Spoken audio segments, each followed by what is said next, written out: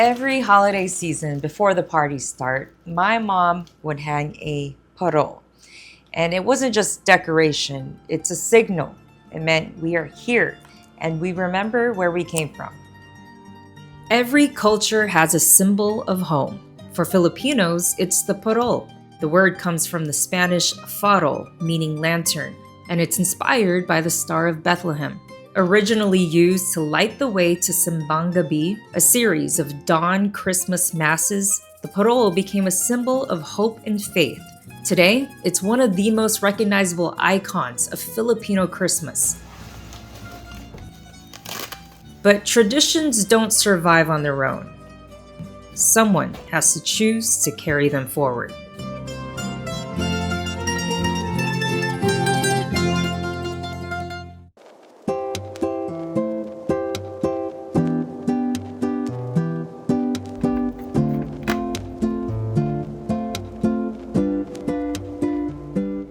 Farol started with an inspiration that came about in 2021, post-COVID. I was starting to think about a business and really how I can create something that would make my mom proud, that would stay connected with my mom's memories. And one of the things she loved most is Christmas. She made stuff out of nothing into this beautiful Christmas decor, and pearls was one of them. What began as a way to honor her mom eventually led Connie to Pampanga, a province known as the Christmas capital of the Philippines. It's been home to parol makers for generations. It's also where my own family comes from, and where Connie's search led her to the Manalang family.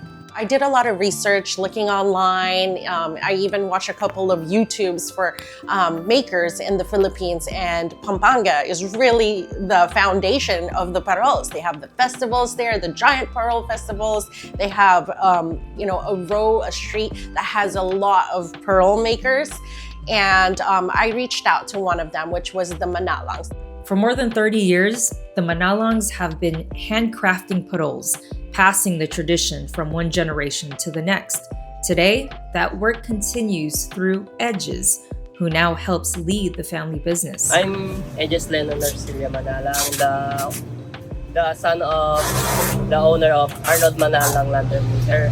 And the long of creating a parol is more than 30 years. When I saw it made me feel very special about the product even more, because again, as a child, I saw my mom decorate the house and all this stuff, but being able to see it behind the scene and the people involved, that's what's really touching. While every parol may look similar from a distance, no two are exactly alike.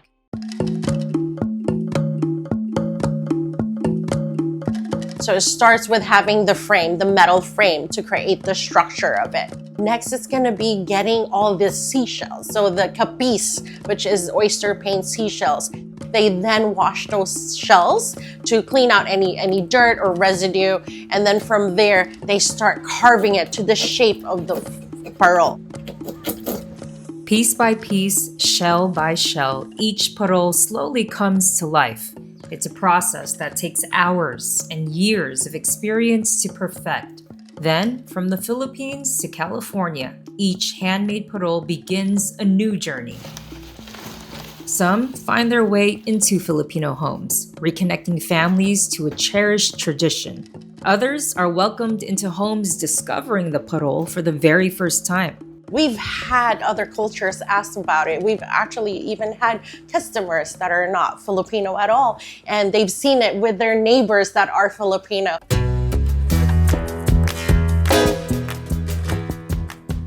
For Connie, that's what makes this work so meaningful.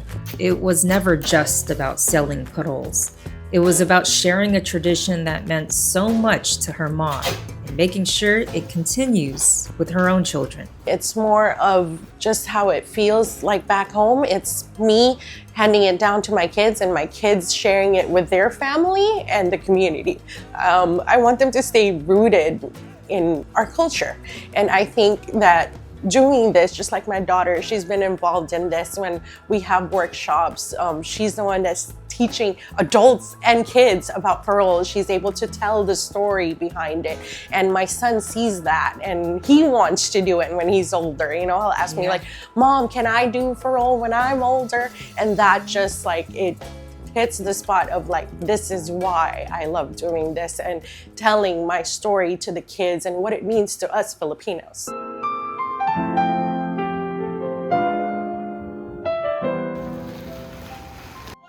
Before I left Connie's home, she handed me a parol of my own, a gift. But more than that, a chance to carry the tradition forward. Every Christmas, my mom still hangs a parol. This year, I get to hang one with my own kids. When our customers and our community receives Parol from us for Christmas, I hope that they feel home, that they're, you know, if they're from the Philippines, that it brings them back the memories of Christmas in the Philippines. It's quite different. It's very festive. It gets celebrated from September. There's already lights all the way through December. So I feel like, you know, if it's in their house, they're remembering all those memories and festivities. If it's someone from, you know, that's raised in the US, then they're being in touch in their roots and just kind of remembering the traditions that they do have with their families here back home.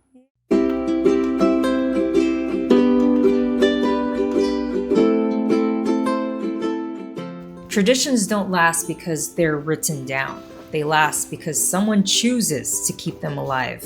One family, one Christmas, one parol at a time. And when its light shines from a window, it reminds us that home isn't just a place. It's the stories we carry, the people we love, and the traditions that help us remember where we came from.